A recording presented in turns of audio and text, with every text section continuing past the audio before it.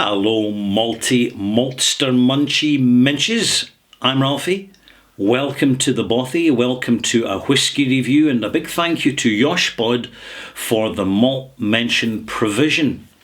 This is Ralphie Review 922, and it's the concluding part. It's the final part of a series of randomly picked, official bottling, widely available single malts on which I am giving an opinion. And as I'm sure you regular viewers who have been watching me and you proper malt mates are aware, it's been a bit of a roller coaster, because traditionally I tend to bring my malt marks down to no lower than 80 at worst. But I really had to push the envelope down because there was two whiskies in particular, the quality of which was, in my opinion, so bad that it should never have been bottled and sold. And I'm saying that because I know fine well from experience the capabilities of these distilleries and the quality that they can produce. Because I have tasted it time and time again over the years. And when the quality is that poor, it means one thing: the owners are getting it wrong. And if that's the case, perhaps they should consider selling their business to someone else who can do a better job. I regard that as probably the best solution. But in the case of Clynelish, focusing back in this, when I first opened it, I have to tell you, I was expecting to be slightly disappointed. Looking at the clarity of it, being aware, just looking at it, that there's a certain amount of E150 caramel added. But my first comment to myself when I nosed it and tasted it was quite simply, I cannot believe how good this whisky still is after this time. This is the 14-year-old Clynelish, bottled at 46%. It is chill filtered. It is not natural colour. But for whatever reason, the signature, the identity and the complexity tends to remain intact. It doesn't seem to suffer from the presence, particularly of caramel colourant. I've reviewed 7 times on this channel over the years, and the 14-year-old in particular I've reviewed 3 times. My last review was in 2017, so about 5 years ago, and that was in March 2017 in Ralphie Review 634. If you want to start to delve into the archives and see how I'm comparing them, it's changed though. It's one of these whiskies I'd like to remain sentimental about, but over time everything changes. Let's start with the smell. Wonderful, bright, articulate, condensed fruits. Bananas, apricots, a little bit of pineapple. I love that Clynelish pineapple-ness.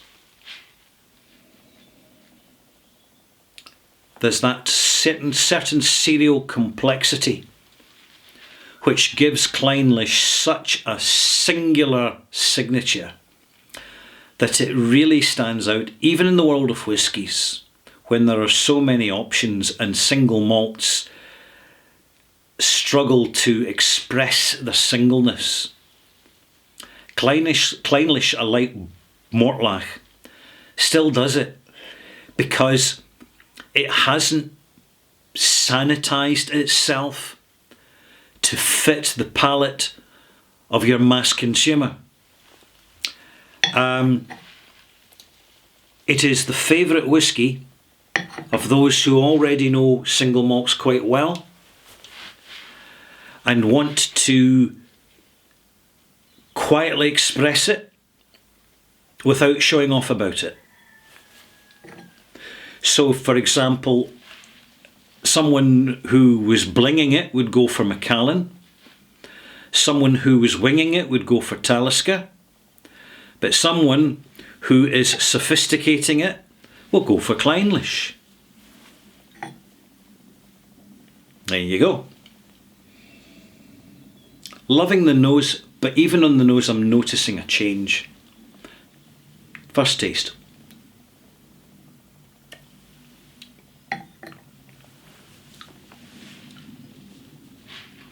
Very competent arrival. Fresh, clean, no peat, fresh fruits. Some slight conserves in there. A little bit of peppery ginger. But there's something missing. Something that used to be there in the palate. And it's not really there now. And that's the waxiness. Full 5 millilitres. Give it time.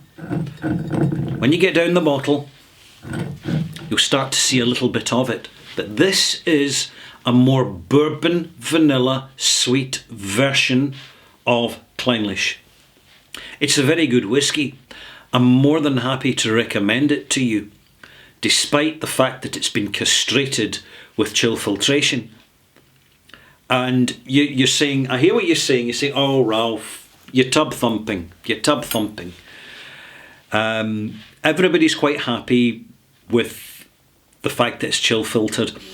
To which I would respond by saying, but yeah, but have you tasted the Clynelishes from independent bottlers, which are similar to this, yet offer so much more? The fact is you haven't. I guarantee you that if you had one version of this whisky in 2 glasses, right? Sorry, if you had this whisky poured into 2 glasses, this whisky into this glass, chill filtered, with a little bit of added colour, which has minimal impact, by the way, and you had the unprocessed bottle sitting next to it, poured into the second glass, you would be shocked at the difference. You would be genuinely shocked. The reason that this processing takes place amongst the big companies, and by and large it is for uniformity, no other purpose but uniformity of brand. And as time gets on and you get more experienced, you will find that uniformity of brand deeply frustrating, because I certainly do. Because it is good to taste a very fine single malt, but then you're left only imagining how much better it would be if it had just been left alone. Let's go back to the tasting this again.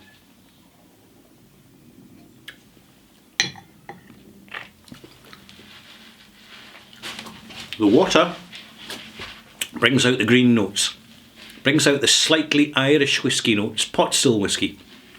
A little bit of white pepper as well, some mild ginger, a little bit of spiciness, complex spiciness, and it is articulated by a subtle, cereal-driven, bitter note. Bitterness is interesting, by the way, because as a sensation, we are weaned in sweetness, and we tend to have our palates dominated by sweetness for much of our life. I mean, look around you in the supermarket at the use of sugar. That'll confirm your suspicions. And then we like the sour, because sweet and sour tends to go really well. Saltiness, of course. As soon as you've been snacking up on all these crispy snacks, it's easy to deal with. So salt, sweet, sour, savoury, yeah. We do like our umami in our teriyaki sauces, our soy sauce, and our relishes. But the one sensation that is the most unacceptable to the palate until you've spent time with food, and you get to understand it more, is bitterness.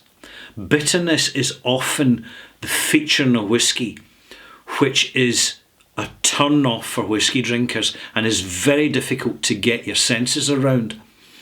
With Clynelish, one of the secrets of its success is it has that feature of prominent bitterness, which is so restrained and intertwined with the other flavours and sensations that it gives it that unique character which many or most other single malts simply do not have.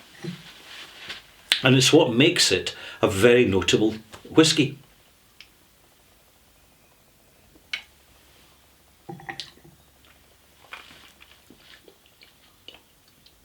Very nice indeed.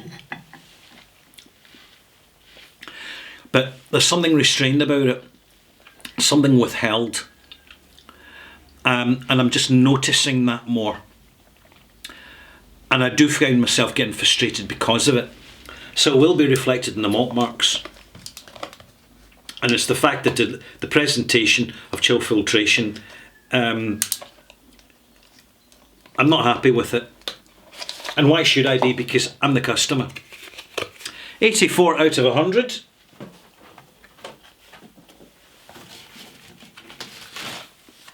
It's a malt mark. Why 84? Because I can see the malt make regulars, the malt faithful already going, hey, that's a bit low, Ralphie. Surely 87, 88 should, I know you wouldn't give it a 90, but surely an 87 and 88, but why an 84? I'll tell you why, because some of the signature's missing. There's a little bit of waxiness lost. There's complexity lost. It's to do with more modern casks. They're not delivering the whisky it should be. It is not what it used to be. And that's not something that cannot be managed and cannot be looked after by the owners. It can be and it should be. And this malt mark reflects my experience of this product, as it does all malt marks of all bottlings that I review. So take it or leave it, malt mates. That's the malt mark. And I'm just telling you, so's you know. I'll see you soon for my roundup of the proprietary bottlings in Ralphie Review 922 Extras. See you soon.